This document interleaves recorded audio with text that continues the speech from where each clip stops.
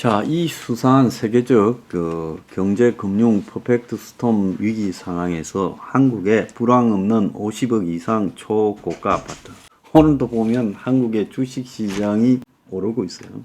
이거는 그야말로 어떤 동네에 가면 사람들이 전부 살짝 맛이 가서 바깥에서 무슨 일이 벌어지고 있는가를 전혀 모른 채 저거들끼리만 만족에 빠져서 그야말로 마약에 취한 듯 잔치를 벌이고 있어요. 내일 지구의 종말이 오더라도 오늘 우리는 잔치를 벌이겠다. 이게 지금 요즘 한국의 주식이나 부동산 시장을 바라보면서 제가 느낍니다.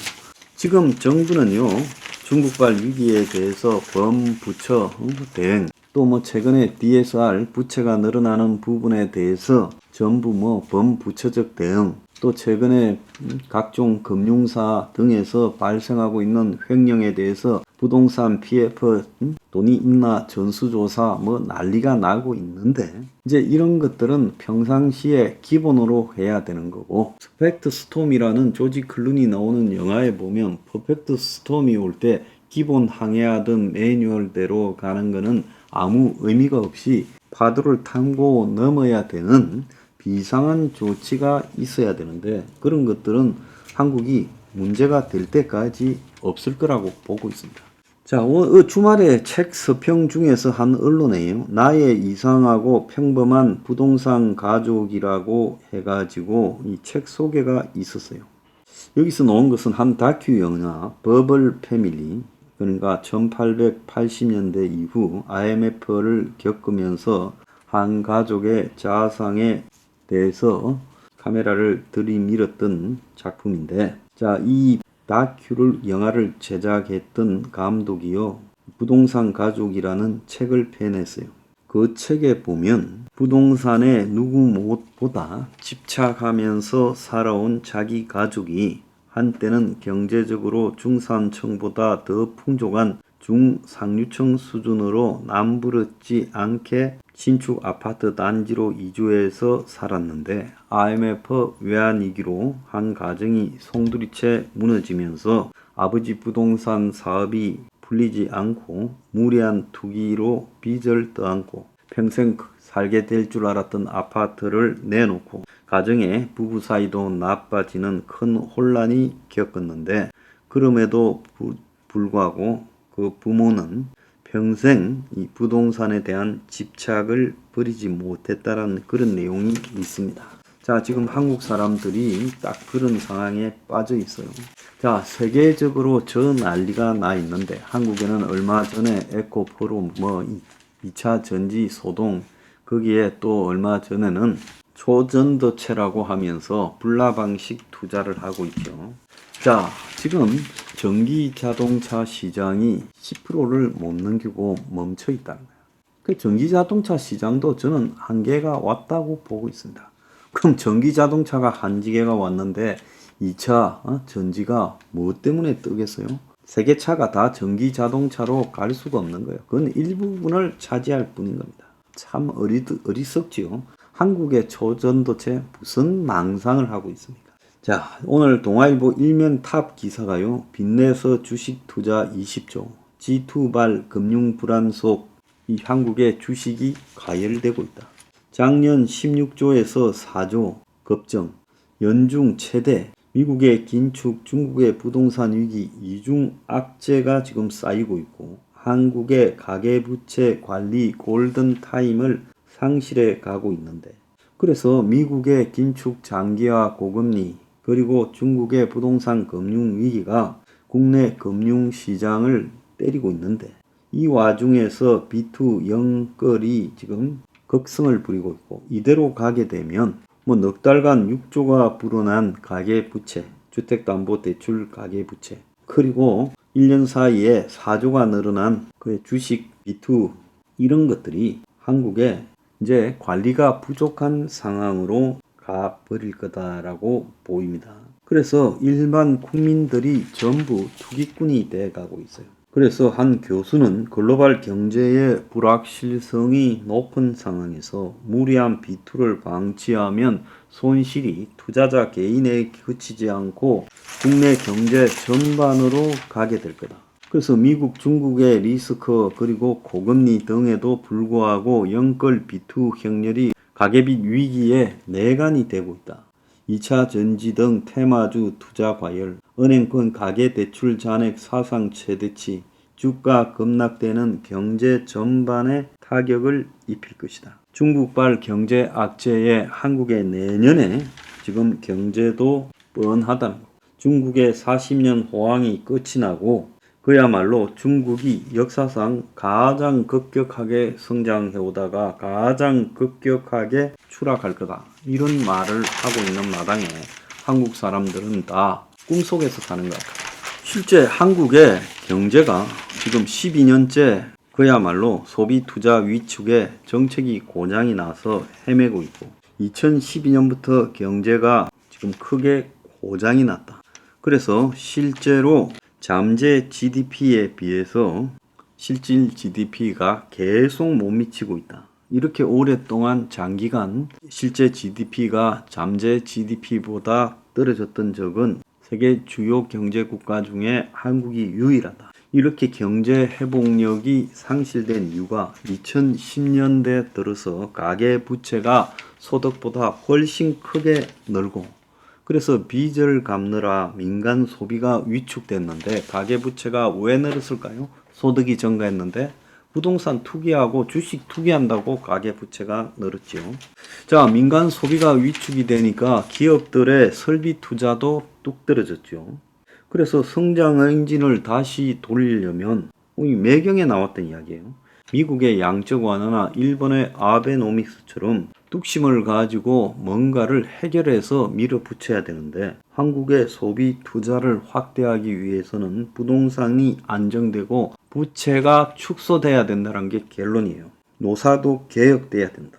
그 다음에 규제 완화가 논의돼야 되죠. 근데 이런 것들이 전혀 되지 못하고 있어요. 부동산이 안정되기는커녕 안정될 만하면 정부 주도로 올리고 부채가 축소되기는커녕 정부 주도로 늘리고 있어요. 그래 놓고는 또 부채가 늘고 있다고 조사하고 50년 만기 대출을 해주지 마라 하고 좀 이중적인 위선적인 어떻게 보면 살짝 맛이 간 사람이 하는 행태로 한 입으로 두 말하고 있어요. 자, 이러다 보니까 지금 한국의 코스피가 머지않아 2,400, 환율이 머지않아 1,400원이 될 거다. 그래서 앞으로 이걸 헤어날 방법이 없다라는 이야기도 나오고 있고 중국발 금융위기와 미국의 고금리가 한국에 이제 상저하고는 물 건너갔고 올해 내년도 어려울 거다라고 이야기가 나오고 있고 이런 것이 지금 중국이 부동산에서 시작해서 금융위기로 번져가듯이 한국도 지금 그렇게 될 수 있다는 이야기가 나오고 있어요.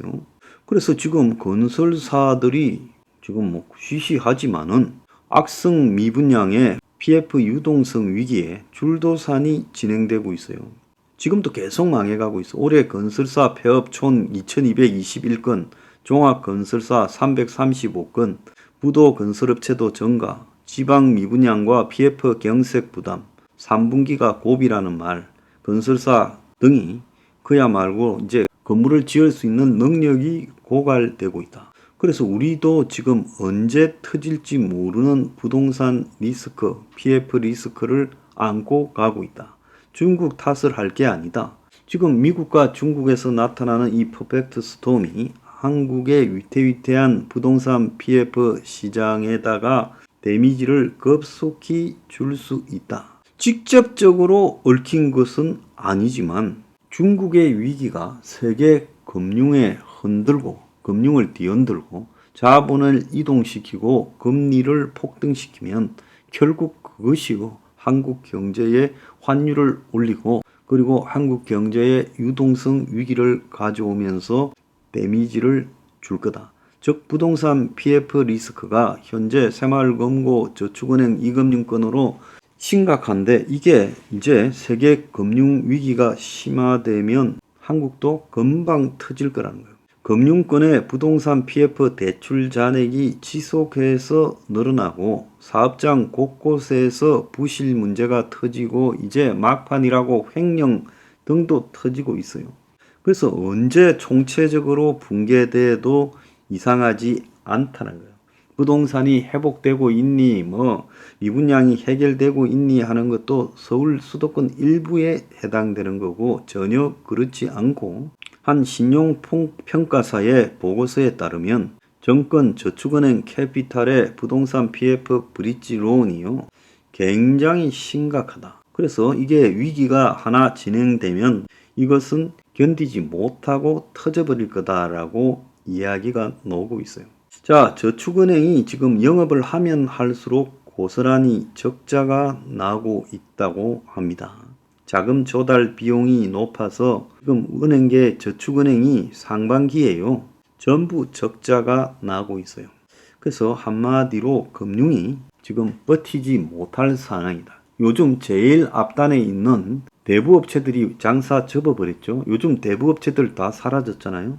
자, 그 뒤에 있는 캐피탈사가 부실 채권이 3조가 돌파됐는데 이게 부동산 PF가 1조 만에, 이 와중에 1조가 더 늘어가지고 규제 사각지대의 후폭풍에 직격탄을 맞고 있다는 거예요. 그래서 캐피탈 업계에 지금 3조 가까운 부동산 PF가 지금 문제가 심각하게 이야기가 나오고 있어요.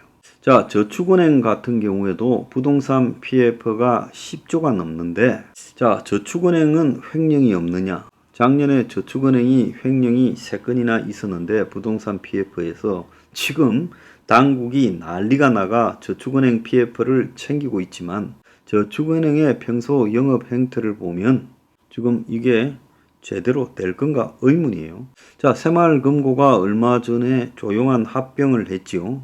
그래서 새마을금고 매장이요 많이 사라지고 있어요.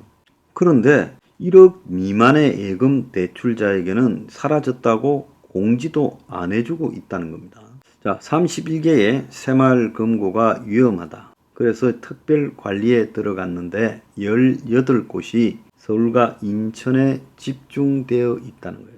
새마을금고 사태의 잔불은 여전하고, 자, 얼마 전에 이 박차훈 회장에 대한 영장이 기각됐지만 아마 이 지금 새마을금고의 집행부가 사실상 거의 마비됐어요. 그래서 당국이 지금 고금리 예금을 갖다가 주시하고 있다. 새마을금고가 8%가 넘는 고금리 상품을 막 팔고 있지요. 그래서 8월 달에 이미 받았던 고금리 예금 2조 7천억이 만기가 도래하고 있다는 거예요. 그래서 집중 관리 대상 금고가 280개가 넘는다는 이야기가 있습니다. 심지어 어떤 금고는요, 연 10% 적금을 받고 있어요. 연 10%. 최근 10%대 고금리 적금 특판을 팔고 있다는 거. 참 정신 못 차리고 있죠. 보험회사도 지금 무더기로 지금 기후에 의해서 손실이 늘어나고 부동산 PF 등으로 해서 지금 실적이 급격히 나빠지고 있다고 나오고 있고, 지금 정권사들은 중소형 정권사에 지금 부동산 PF 여신이 거의 61%까지 올라가서 이런 회사들이 다 파산하지 않을까. 그래서 브릿지론 만기 연장으로 근근히 버티는 정권사들의 유동성이 이제 한계에 왔다라는 지적까지 나오고 있습니다. 자, 이런 와중에 영끌 비투요 다 쪽팔 찹니다. 이제 얼마 안 남았어요. 올해가 가기 전에 당신은 피눈물을 목격하게 될 겁니다.